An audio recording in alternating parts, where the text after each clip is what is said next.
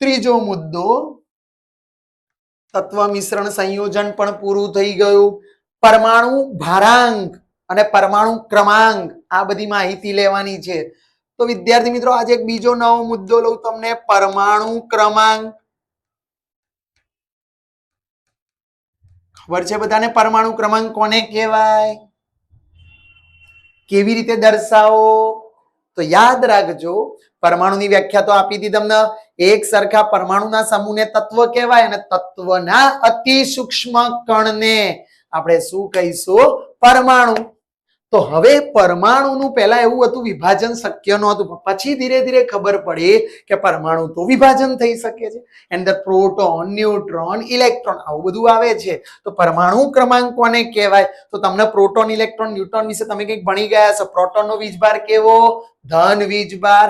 ઇલેક્ટ્રોનનો વીજભાર કેવો? ઋણ વીજભાર. અને ન્યુટ્રોનનો વીજભાર રહિત હોય છે. તો સર પરમાણુ ક્રમાંક, તો પરમાણુ ક્રમાંકની સંજ્ઞા Z છે, એને ઇંગ્લિશમાં એટોમિક નંબર કહે છે. શું કહે છે? Atomic number. તો સર પરમાણુ ક્રમાંક સમજાવો ને. તો વ્યાખ્યા, પરમાણુ ક્રમાંક એટલે તત્વમાં રહેલા પ્રોટોન અથવા પરમાણુમાં રહેલા જે પ્રોટોન અથવા ઇલેક્ટ્રોનની સંખ્યાને પરમાણુ ક્રમાંક કહેવાય. તો સર ફરીથી બોલો ને. તો વ્યાખ્યા બોલું છું, પરમાણુમાં રહેલા કોઈ પણ તત્વના પરમાણુમાં રહેલા, યાદ રાખજો વિદ્યાર્થી મિત્રો, પ્રોટોન હું શબ્દ લખું છું અથવા ઇલેક્ટ્રોનની સંખ્યાને શું કહેવાય? પરમાણુ ક્રમાંક. આ શબ્દ સમજવો જરૂરી છે કે સર પ્રોટોન અથવા ઇલેક્ટ્રોન, એનો મતલબ તમે બધા જાણો છો હાઇડ્રોજનનો પરમાણુ ક્રમાંક કેટલો? 1 છે. એનો મતલબ એની અંદર પ્રોટોન કેટલા? 1p+ એટલે પ્રોટોન. અને એની અંદર ઇલેક્ટ્રોન કેટલા? તો 1. પણ મારી અહીંયા એક ભૂલ ના કહી શકાય, પણ તમને સાવચેત કરું છું. આ પરમાણુ કેવો લેવો પડે ખબર છે? તટસ્થ પરમાણુ જોઈએ. કેવો પરમાણુ જોઈએ? તટસ્થ. કારણ કે કોઈ વીજભારિત પરમાણુ હોય ને, આયન બની જાય અને આયનમાં હંમેશા ઇલેક્ટ્રોન બદલાય. એટલે તમારે અહીંયા શબ્દ લખવાનું, તટસ્થ પરમાણુમાં રહેલા પ્રોટોન અથવા ઇલેક્ટ્રોનની સંખ્યાને શું કહીશું આપણે? પરમાણુ ક્રમાંક. વિદ્યાર્થી મિત્રો, પરમાણુ ક્રમાંક તો સર અમને આવડી ગયું છે. ધારો કે તમને એક ઉદાહરણ આપું, નાઇટ્રોજન. તો નાઇટ્રોજનની વાત કરું તો નાઇટ્રોજનનો પરમાણુ ક્રમાંક તમને બધાને ખબર છે 7. હવે 7 છે તો એની અંદર પ્રોટોન કેટલા? 7. ઇલેક્ટ્રોન કેટલા? 7. યાદ રાખવાનું છે. તમને ખબર છે હાઇડ્રોજનનો પરમાણુ ક્રમાંક 1, હિલિયમનો 2, લિથિયમનો 3, બેરેલિયમનો 4, બોરોનનો 5, કાર્બનનો 6, નાઇટ્રોજનનો 7, ઓક્સિજનનો 8, ફ્લોરિનનો 9, નિયોનનો 10, સોડિયમનો 11, પોટેશિયમનો તો 19 થાય છે. 12મો કોણ સાહેબ? મેગ્નેશિયમ છે. એલ્યુમિનિયમનો 13, સિલિકોનનો 14, ફોસ્ફરસનો 15, સલ્ફરનો 16, ક્લોરીનનો 17, આર્ગનનો 18, 19મો મેં કહી દીધું પોટેશિયમ, અને કેલ્શિયમનો 20, અને scandium, titanium, vanadium, chromium, manganese, iron, cobalt, nickel, copper, zinc તો તમારા 21 થી 30 તો ખરા જ છે વિદ્યાર્થી મિત્રો. એટલે તમે અહીંયા સમજી ગયા પરમાણુ ક્રમાંક. તો સાહેબ પરમાણુ ક્રમાંક દર્શાવવાનો કઈ રીતે? તો હંમેશા ધારો કે મેં આ હાઇડ્રોજન લખ્યો તો પરમાણુ ક્રમાંક ડાબી બાજુ નીચે દર્શાવવાનો. તો હંમેશા પરમાણુ ક્રમાંકને તત્વની સંજ્ઞાની ડાબી બાજુએ ક્યાં દર્શાવવાનો? નીચે દર્શાવવામાં આવે છે. ઓકે, પરમાણુ ક્રમાંક પછી બીજો શબ્દ છે તમારો પરમાણુ દળાંક અથવા ભારાંક. યાદ રાખજો, પરમાણુ ભારાંક એટલે શું, દળાંક એટલે શું? તો યાદ રાખજો, પરમાણુમાં રહેલા, હા એની સંજ્ઞા તો મેં તમને કીધી જ નહીં વિદ્યાર્થી મિત્રો, એની સંજ્ઞા છે A. તો સાહેબ પરમાણુ દળાંક કોને કહેવાય?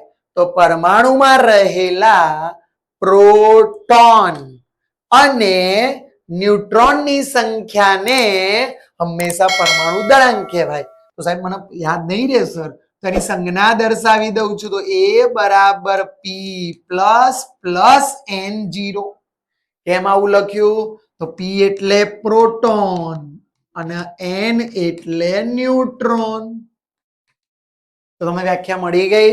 તો વ્યાખ્યા ધ્યાન રાખજો, હું તમને કહી દઉં કે પરમાણુમાં રહેલા કોની પ્રોટોન અને ન્યુટ્રોનની કુલ સંખ્યાને વિદ્યાર્થી મિત્રો પરમાણુ ભારાંક અને ન્યુક્લિયોન્સ પણ કહે છે.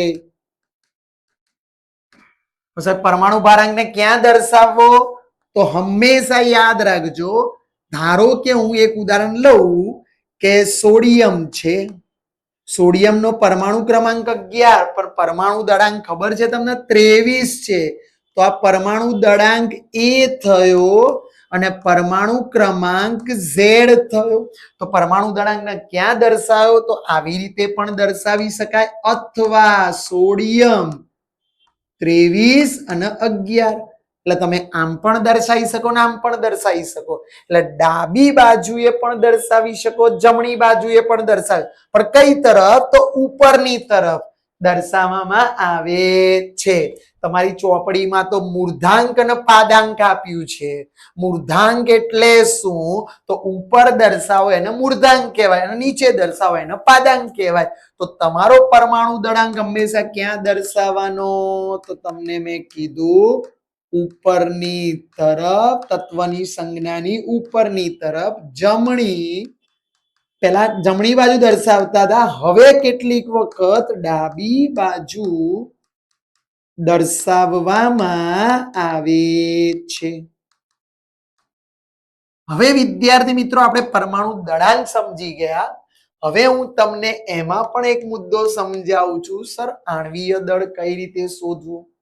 કોઈ પણ આ બહુ જ કામનું છે, તમારે ભણવાનું આવશે. Molarity, molality, normality, molality, mall અંશ, વજનથી વજનની ટકાવારી, વજનથી કદની ટકાવારી, પાર્ટ્સ પર મિલિયન, આ બધું જ ભણવાનું હશે. તેમાં તમારે એક વસ્તુની જરૂર પડશે, મોલર દળ, મોલર દળ, મોલર દળ, અથવા એને આણ્વીય દળ કહી શકાય. તો આપણે આણ્વીય દળ શોધવું છે. તો સાહેબ અણુ તો તમે સમજાવી દીધો, એ શેનાથી બને? પરમાણુ. તો આણ્વીય દળ શેનાથી બને? તો પરમાણ્વીય દળથી. બધા જ પરમાણુના પરમાણ્વીય દળમાં રહેલા પરમાણ્વીય દળનો સરવાળો કરતા જે મળે ને વિદ્યાર્થી મિત્રો, એને આણ્વીય દળ કહેવાય. તો હું તમને વ્યાખ્યા આપું કે પરમાણ્વીય દળ, અણુ હમણાં જ વાત કરીને આપણે, પરમાણુ નહીં, અણુ શેનાથી બને? પરમાણુથી. તો પરમાણ્વીય આણ્વીય દળ શેનાથી બને? તો પરમાણ્વીય દળના સરવાળાને શું કહે છે વિદ્યાર્થી મિત્રો? આણ્વીય દળ. તો સાહેબ પરમાણ્વીય દળ કઈ રીતે યાદ રાખવું? એ તો બકા યાદ જ રાખવું પડશે તમારે, કારણ કે પરમાણ્વીય દળ એ વજન માપેલું હોય છે. તો અમારે સર કઈ રીતે યાદ રાખવું? તો તમે ભણી ગયા છો, તમારે બોર્ડની એક્ઝામમાં ને એમાં પરમાણ્વીય દળ આપશે. તમારે શીખવાનું શું છે? તો આણ્વીય દળ શોધતા. તો સર પરમાણ્વીય દળ રાખવાની ટેકનિક જો એ નિયમ નથી. કેટલાકમાં એવું છે, એકી સંખ્યા હોય તો પરમાણ્વીય ક્રમાંકના બમણા કરીને એક ઉમેરી દેવાના, પરંતુ બેકી સંખ્યા હોય તો તમારા પરમાણ્વીય ક્રમાંકના બમણા કરવાના. હું કેટલાક પરમાણ્વીય દળ તમને સમજાવતો જોઉં છું, બધા સમજાવવાની જરૂર નથી. ધારો કે હાઇડ્રોજન છે, એનો પરમાણુ ક્રમાંક અહીંયા 1 લખ્યો, એનું પરમાણ્વીય દળ કેટલું વિદ્યાર્થી મિત્રો? 1. બીજું હિલિયમની કોઈ જરૂર નથી. બોલો કેમ? તમે જાણો છો helium, neon, argon, krypton, xenon, radon, આ બધા તો નિષ્ક્રિય 18મા સમૂહના તત્વ છે. હવે શું કોઈની જોડે સંયોજવાના?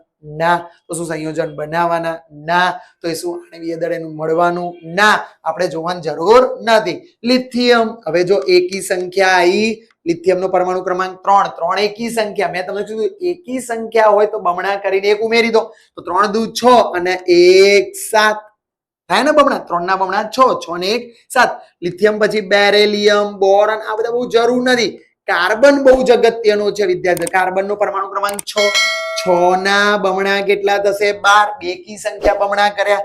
હવે તમે મને કહેશો હમણાં 7 નાઇટ્રોજન સાહેબ એકી સંખ્યા આવી તો 7 ના બમણા સાહેબ 14 થાય ને એકી છે એટલે 1 ઉમેરો તો 15 થાય. ના બેટા 7 દુને કેટલા થાય? 14. આ રીતે તમારે યાદ રાખવાના છે. નાઇટ્રોજન પછી કોણ આવે? 8 નંબરનો ઓક્સિજન. બેકી છે બમણો કરો 8 2 16. ફ્લોરિન આવે 9 નંબર. સાહેબ એકી છે ડબલ કરીને એક કરું કરો વાંધો નહીં. 9 દુ 18. 18 ને કેટલા થશે વિદ્યાર્થી મિત્રો? 19. હજુ તમને એમ કહું નિયોન. ઓહો સર આ પણ નિષ્ક્રિય, અડવાની જરૂર નથી. સોડિયમ ની વાત કરું. સોડિયમ આમાં બહુ સરસ થશે. 11 11 દુ 22 ને 1 23 થશે. કેમ? એકી બમણા કર્યા. પરમાણુ ક્રમાંકના બમણા એમાં કેટલો ઉમેરી દેશો? 1. 11 પછી કયો લઈશું? 12. એનું નામ છે મેગ્નેશિયમ. મેગ્નેશિયમ નો પરમાણુ ક્રમાંક તમારો 12 છે તો ડબલ કરો. 12 દુ 24. વિદ્યાર્થી મિત્રો એલ્યુમિનિયમ 13 કેટલો થશે? 27. વિદ્યાર્થી મિત્રો 14. સિલિકોન કયો નંબર થશે? 14 દુ 28. અરે સર 15મા નંબરનો ફોસ્ફરસ એકી સંખ્યા આવીને તો 15 દુ 30 ને 1 31. વિદ્યાર્થી મિત્રો હજુ આપણે આગળ જઈએ તો તમે જોઈ શકો છો સલ્ફર. સલ્ફરનો પ્રમાણ ક્રમાંક 16. 16 દુ 32. સાહેબ ક્લોરીન 17. સાહેબ એકી 17 દુ 34 ને 35 નથી. આ એક યાદ રાખજો ભૂલ ભૂલામણું છે. 35.5. ક્લોરીન પછી તમારો આર્ગોન 18મા નંબરનો. વિદ્યાર્થી મિત્રો ચોકડી મારી જ દો. 19મા નંબરનો પોટેશિયમ 19 દુ 38 ને એકી એટલે 39. અને તમારે 20 નંબરનો કેલ્શિયમ એનો પરમાણુ દર 40. હજુ મારા શબ્દો સાંભળો. મેં પરમાણુ દર લખ્યા છે પણ તમને એક્ઝામમાં આપશે કેટલાક સારા સારા નામ લખી દઉં છું. એજી એનું પરમાણુ દળ યાદ રાખજો 108. એયુ એનું પરમાણુ આ બધા બહુ વપરાતા છે 197. કોપર નું પરમાણુ દળ યાદ રાખજો 63.5. Zn નું પરમાણુ દળ યાદ રાખજો 65. આ બધા જ પરમાણુ દળ તમારી સામે છે. તો સર પરમાણ્વીય દળ તો તમે સમજાઈ દો તો સાહેબ આણ્વીય દળમાં તો બહુ ઈઝી થઈ ગયું. આ બધાનો સરવાળો કરો. બેટા એ રીતે સહેલું નથી. તમારે એનું આણ્વીય દળ કરવું પડશે. તો હવે તમે આણ્વીય દળ શોધતા શીખવાડું છું તમને. આણ્વીય દળ હવે જોજો. આણ્વીય દળ ધારો કે મેં એક ઉદાહરણ લખ્યું H2O, બીજું લખ્યું મેં CO2, ત્રીજું લખ્યું મેં CH4. ધોરણ 11 ની ચોપડીમાં સ્વાધ્યાયમાં પ્રશ્નો છે વિદ્યાર્થી મિત્રો. એટલે હું તમને 11 સાયન્સ જ ભણાવું છું. તમે સમજી ગયા? તો આપણે કઈ બે બ્રિજ કોર્સ છે પણ બ્રિજમાં થોડુંક આગળ જઈએ છીએ આપણે. તો ચલો હાઇડ્રોજનના પરમાણુ કેટલો બોલો તો? 2. ઓક્સિજનનો પરમાણુ કેટલો? 1. તો જુઓ પરમાણુ 2 એટલે આમ લખી દેવાનું. પહેલી વખત શીખવાડીશ પછી નહીં શીખવાડું. 2 ગુણ્યા હાઇડ્રોજનનું પરમાણ્વીય દળ વત્તા પદળ એટલે પરમાણ્વીય દળ. O એ O નો કેટલો પરમાણુ છે અહીંયા દેખાય? 1 ગુણ્યા ઓક્સિજનનું પરમાણ્વીય દળ. શું લખીશું? 2 હાઇડ્રોજનનું પરમાણ્વીય દળ 1 ઓક્સિજનનું પરમાણ્વીય દળ જુઓ ઓક્સિજન 16 છે તો અહીંયા કેટલા લખું? 16. તો 2 કા 2 વત્તા 16. 16 ના 2 કેટલા થાય વિદ્યાર્થી મિત્રો? 18 ગ્રામ પ્રતિ મોલ આનો એકમ. તેનું આણ્વીય દળ કેટલું થશે? 18. તો તમને આણ્વીય દળ આવડી ગયું. આનું મને શીખવાડશો? હા. તો કાર્બન નો અહીંયા કઈ નથી એટલે પરમાણુ કેટલો? 1. તો 1 ગુણ્યા કાર્બન નું પરમાણ્વીય દળ. ઓક્સિજન ના કેટલા પરમાણુ છે? 2 ગુણ્યા ઓક્સિજન નું પરમાણ્વીય દળ. તો તમે મને કહેશો 1 કાર્બન નું પરમાણ્વીય દળ વિદ્યાર્થી મિત્રો કેટલો છે? 12. તો અહીંયા કેટલા લખીશ? 12 વત્તા 2 ગુણ્યા ઓક્સિજન નું પરમાણ્વીય દળ કેટલું? તો એનું પરમાણ્વીય દળ થાય 16. તો 12 એકા 12 વત્તા 16 દુ 32. તમારો જવાબ આવે 44. આણ્વીય દળ આ રીતે શોધાય. તો મિથેન નું તમારે ઘરે પ્રયત્ન કરજો. 16 હું કેટલાક લખું છું તમે જાતે પ્રયત્ન કરજો. મને કહેજો પછી કમેન્ટમાં. H2SO4 98, HNO3 63, CA3COOH 60. અરે ગ્લુકોઝ નું સૂત્ર C6H12O6 180. સુક્રોઝ C12H22O11 તમારે 342. યુરિયાનું સૂત્ર વિદ્યાર્થી મિત્રો NH2CO NH2 આની વેલ્યુ 60.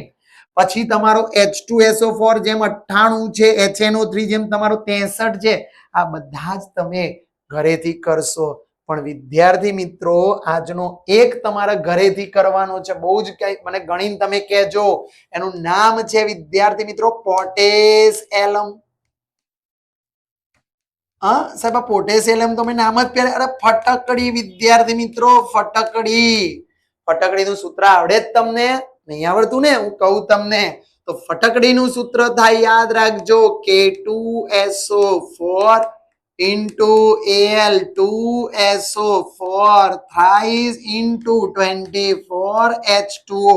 મને કમેન્ટ બોક્સમાં આનું આણ્વીય દળ કહેજો ને બાકીના આણ્વીય દળ મેં જે તમને કીધા છે એ તમે શોધીને મને કહેજો.